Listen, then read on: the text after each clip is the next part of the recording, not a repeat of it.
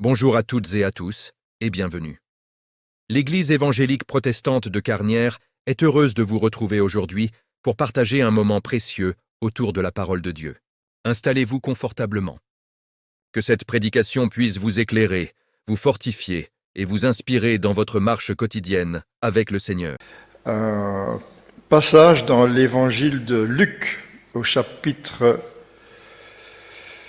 17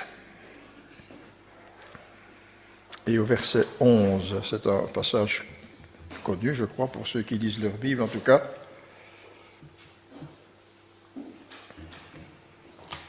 Luc 17, 11.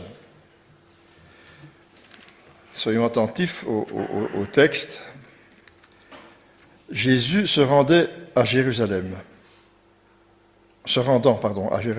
passait par la Samarie et la Galilée. Et comme ils entraient dans un village, 10 lépreux vinrent à sa rencontre.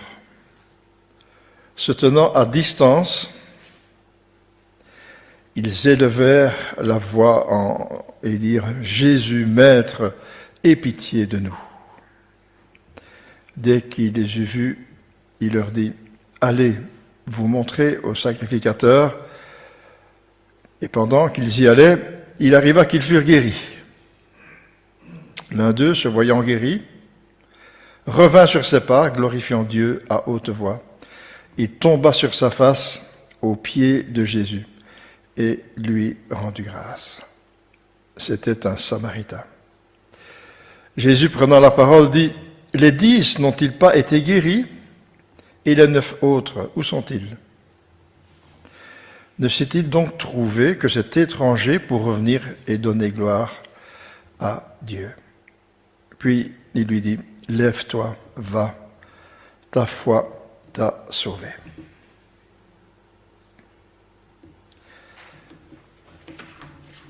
Voyons un petit peu le contexte et le cadre historique de ce passage. Nous sommes dans la dernière phase du ministère du Seigneur. Il monte vers Jérusalem pour la dernière fois. Il passe dans une zone frontière entre les Juifs et les Samaritains. La zone qu'il traverse est instable, émaillée d'incidents. Les Juifs et les Samaritains sont ennemis. Les deux peuples se sont séparés par une animosité séculaire qui date de 530 avant Jésus-Christ. Josué et Zérobabel, qui étaient chargés de reconstruire le temple, avaient refusé l'aide des Samaritains pour le reconstruire. On peut lire ça dans Esdras, chapitre 4. Et sous prétexte que les Samaritains n'étaient pas de pure race juive et qu'ils s'étaient mélangés avec les peuples des nations, et pratiquaient une religion mixte. Rappelez-vous, quand le Seigneur a rencontré la femme samaritaine au puits, nous lisons dans Jean chapitre 4, verset 9, la Samaritaine qui dit à Jésus, « Comment, toi qui es juif, demandes-tu à boire, à moi qui suis une femme samaritaine? Les Juifs, en effet, n'ont pas de relation avec les Samaritains. » Alors, continuons, essayons d'imaginer la scène que nous avons lire. Il y a là deux groupes de personnes qui se rencontrent, qui vont vivre un épisode suffisamment remarquable pour que Luc le raconte dans son évangile. Il y a le groupe de Jésus et ses disciples, probablement 12-13 hommes. Ils semblent pressés par un objectif impérieux, atteindre Jérusalem avant la fête de Pâques. Ils sont probablement fatigués par une longue route à pied en pleine chaleur.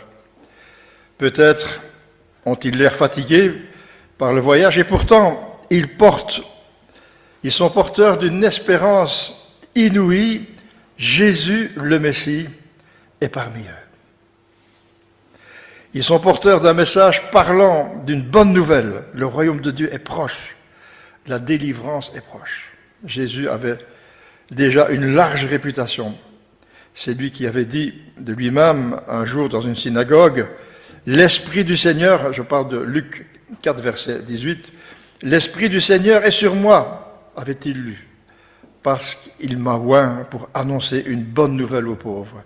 Il m'a envoyé pour guérir ceux dont le cœur est brisé, pour proclamer aux captifs la délivrance et aux aveugles le recouvrement de la vue, pour envoyer libres les opprimés, pour publier une année de grâce du Seigneur. Puis, il y avait l'autre groupe d'hommes. Là, ils étaient 10, c'est spécifié dans la parole de Dieu. Ils sont lépreux. Qu'est-ce que ça signifie? C'est un groupe qui est rejeté par la société. Ils ne peuvent pas entrer dans aucun village. Ils ne peuvent s'approcher de personne. Cela les rend pauvres, méprisables. Ils doivent crier « lépreux, lépreux » afin que personne ne s'approche d'eux. C'est à première vue un groupe mixte de Juifs et de Samaritains. La même maladie avait renversé les barrières religieuses et raciales. Dans leur malheur commun de lépreux, ils se rappelaient seulement qu'ils étaient malades et qu'ils avaient besoin d'être guéris. Voici donc ces deux groupes d'hommes bien différents qui se retrouvent face à face à l'entrée d'un village. Le texte nous dit qu'ils se tenaient à distance. On souligne ça, si vous voulez bien. Ils se tenaient à distance. Mais ils ont juste besoin de rencontrer ce Jésus qui peut les guérir de leur maladie et les délivrer de leur sort. Et ils ne peuvent que crier et prier Jésus d'avoir pitié d'eux. Et un cri jaillit au verset 13, « Jésus, Maître, aie pitié de nous. » Que va-t-il se passer? Comme souvent, comme presque toujours, la réponse de Jésus est déconcertante. Il ne prêche pas, ni discours enflammé contre l'injustice de ce monde cruel, pas de reproche, pas d'appel à la repentance. Aurait-il pu, à votre avis, entendre un tel message? Vous savez, il y a des gens qui sont tellement dans un état de désespoir à cause des circonstances qui passent dans la vie, qui n'ont pas besoin d'entendre certains mots qu'on donne quelquefois. Rappelez-vous ce paralytique qui était porté par 4 amis et qui sont arrivés devant la maison où Jésus prêchait.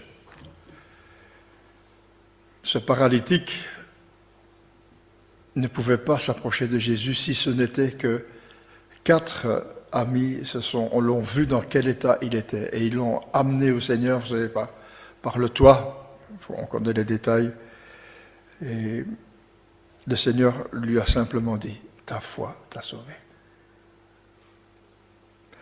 Le Seigneur va leur prescrire ce qui est ordonné par la loi. Ça, ce qui est un peu bizarre à première vue. Et qu'est-ce que c'est que la loi? Je retourne dans Lévitique, chapitre 14, verset 1er, je vous lis 4 versets. Eh bien, la loi disait que l'Éternel parla à Moïse et dit « Voici quelle sera la loi pour les lépreux, pour le jour de sa purification. On l'amènera devant le sacrificateur sortira du camp, il examinera le lépreux, et si le lépreux est guéri de sa plaie de la lèpre, le sacrificateur ordonnera que l'on prenne, pour celui qui est purifié, qui doit être purifié, des oiseaux vivants et purs, du bois de cèdre, du cramoisi et de l'hysope. J'arrête là. C'était ce que l'Éternel avait ordonné à Moïse, donc tout un rituel religieux propre à la loi de Moïse. Et finalement, le sacrificateur le réhabilitera dans la société. Les 10 lépreux obéissent à Jésus, avec foi et confiance. Et ils prennent la route pour aller se présenter devant le sacrificateur. Ils n'ont rien à perdre. La Bible nous dit qu'ils sont guéris en chemin. Comme souvent, l'Écriture reste sobre au sujet de ce grand miracle. La parole nous dit qu'au verset 15, l'un d'eux, se voyant guéri, revint sur ses pas, glorifiant Dieu à haute voix. Un seul, donc, est revenu rencontrer Jésus.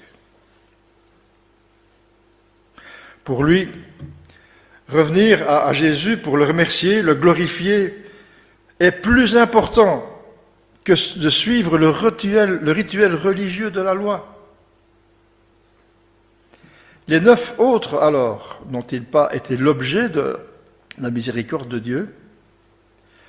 Ils ont accompli la religion au sens strict, mais ils n'ont pas réalisé la joie d'une nouvelle relation vivante avec Dieu au travers de la présence de Jésus.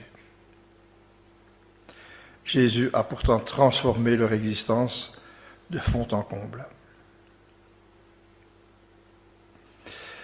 Alors pour nous, bien-aimés, quelle leçon? Pour les 9 qui ne sont pas revenus, se conformer aux usages religieux leur a paru suffisant et correct, comme une obéissance légale, voire légaliste. J'ai fait mon devoir religieux.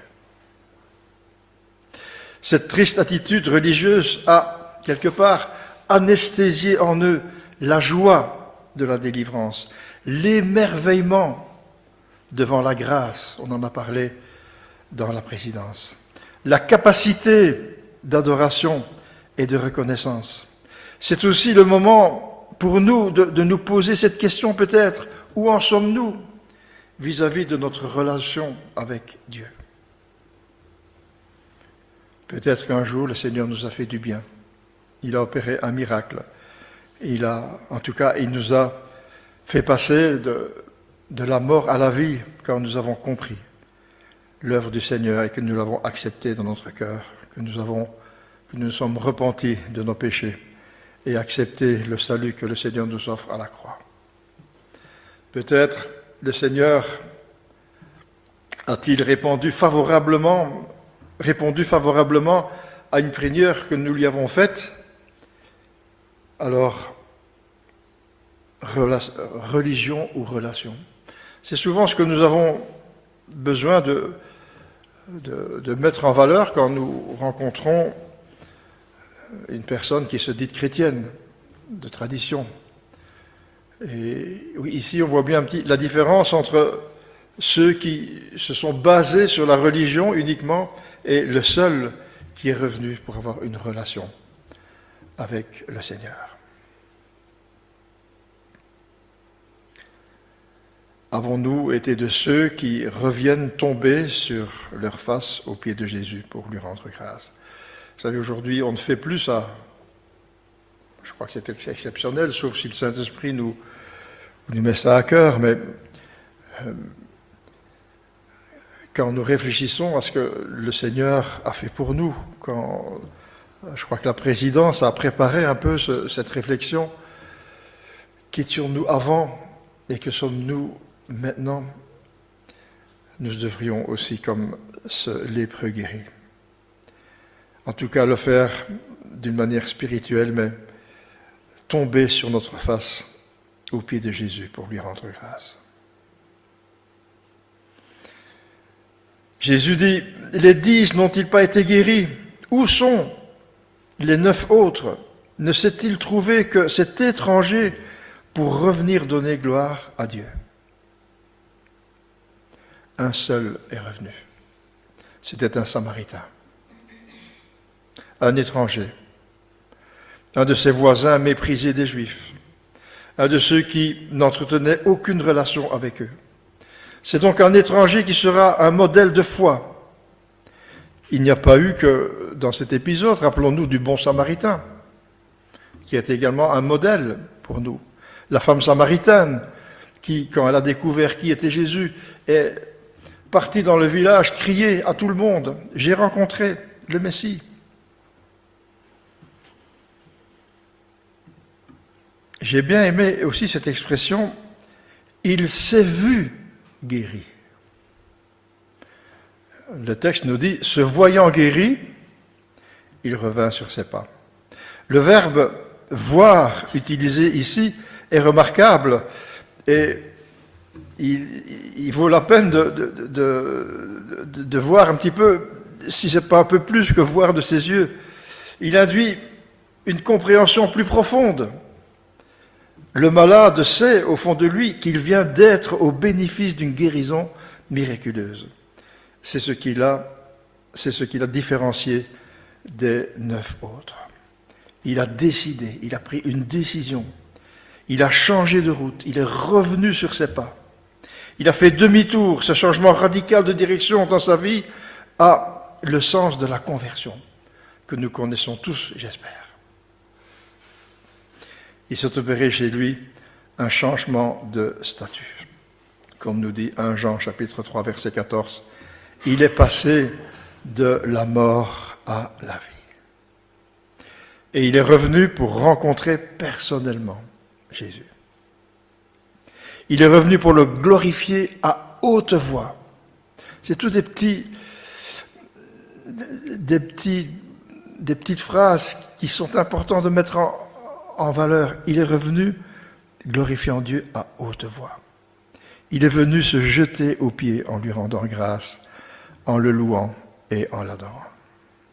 Le fait de tomber sur sa face aux pieds de Jésus montre son attitude de repentance et de soumission à Jésus. Devant la bonté de Dieu, nous sommes poussés à nous repentir. D'ailleurs, c'est Paul qui dit aux Romains, chapitre 2, verset 4, « Méprises-tu les richesses de sa bonté, de son support, de sa patience, sans reconnaître que la bonté de Dieu te pousse à la repentance. » Lui seul, des 10, a entendu Jésus dire « Ta foi t'a sauvé ». Les 9 autres ont bénéficié de la miséricorde de Dieu. Leur corps a été guéri de la lèpre, mais malheureusement, leur cœur n'avait pas été guéri du péché. Un seul des 10 a été sauvé du péché. Il y a beaucoup de gens qui existent, qui croient dans l'existence de Dieu.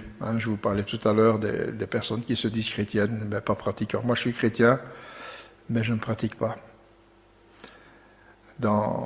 Au temps de Jésus, il y avait aussi de ces gens qui suivaient le Seigneur. Dans Jean, chapitre 2, versets 23 à 25, la Bible explique dans un autre épisode de la vie de Jésus la différence entre religion qui ne sauve pas et la vraie conversion qui sauve pour l'éternité. Il est dit dans Jean 2, 23, pendant que Jésus séjournait à Jérusalem pour la fête de Pâques, beaucoup de gens crurent en lui, en voyant les signes miraculeux qu'il accomplissait. Mais Jésus ne se fiait pas à eux, car il les connaissait très bien, tous très bien. En effet, il n'avait pas besoin qu'on le renseigne sur les hommes, car il connaissait le fond de leur cœur. Pourtant, la Bible dit, ils crurent en Jésus. Quand le Seigneur a été accusé faussement devant le tribunal, où étaient passés tous ces hommes et ces femmes qui avaient été guéris par le Maître? Où étaient passés tous ceux qui suivaient Jésus pour voir ses miracles tout au long de son ministère, alors qu'il aurait bien eu besoin que quelqu'un témoigne à sa faveur?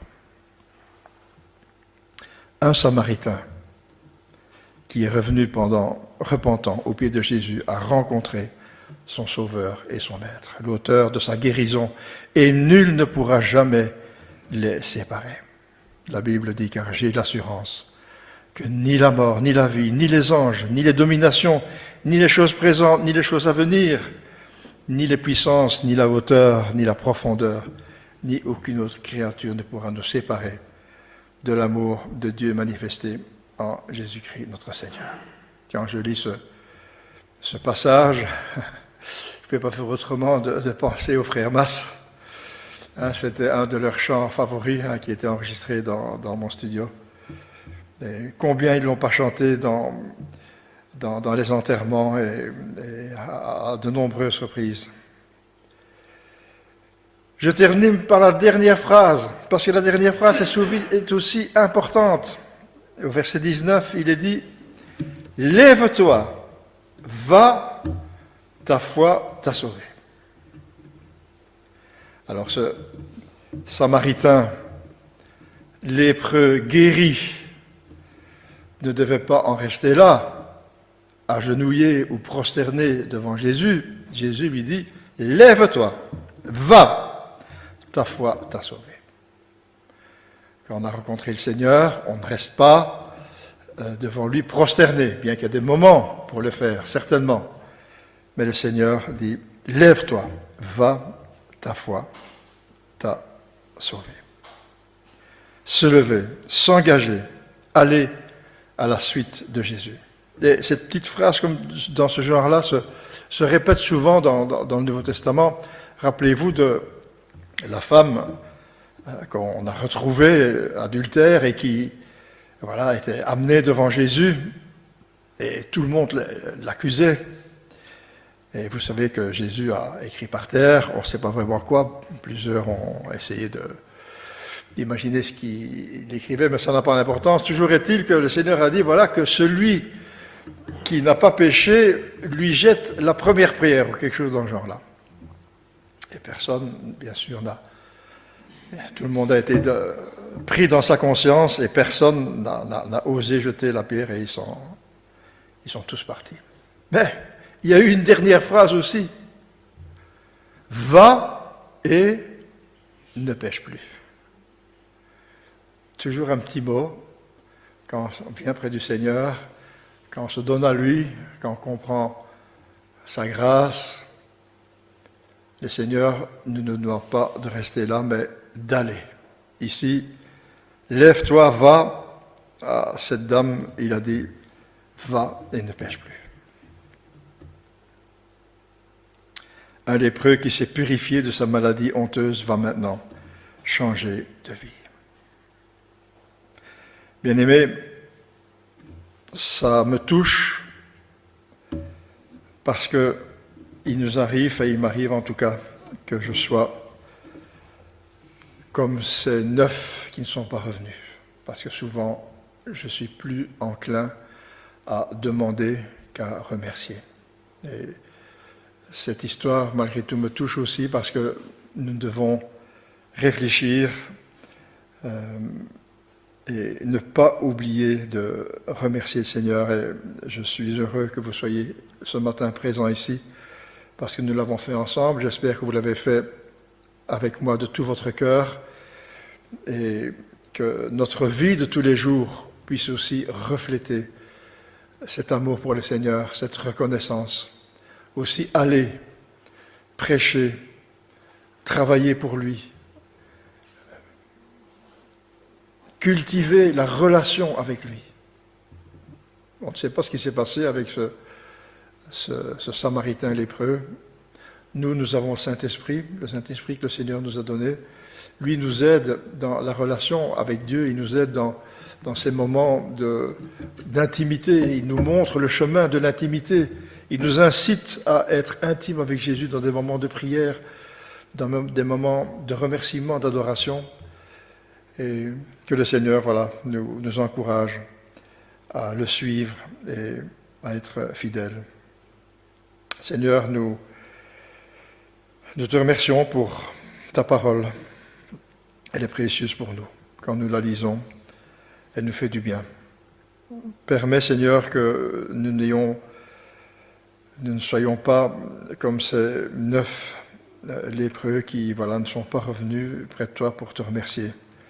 Et quelquefois, nous recevons tellement de bénédictions. Tous les jours, le matin, tu nous donnes la vie, tu nous guéris de nos maladies, tu nous accompagnes jour après jour et nous aurions tant de choses à venir à tes pieds pour te dire merci. Alors, apprends-nous à le faire. Merci parce que j'espère en tout cas que chacun d'entre nous ici soit revenu tout d'abord pour le reconnaître comme notre Seigneur et Seigneur, et que son cœur ait aussi été guéri. Et si ce n'est pas le cas, Seigneur, touche son cœur aujourd'hui. Voilà. Que ton nom soit glorifié. Amen. Merci d'avoir partagé ce moment avec nous. Que ce message vous accompagne et vous fortifie dans votre marche avec Dieu. N'hésitez pas à vous abonner pour recevoir les prochaines prédications et à partager autour de vous. Que Dieu vous bénisse richement. À très bientôt.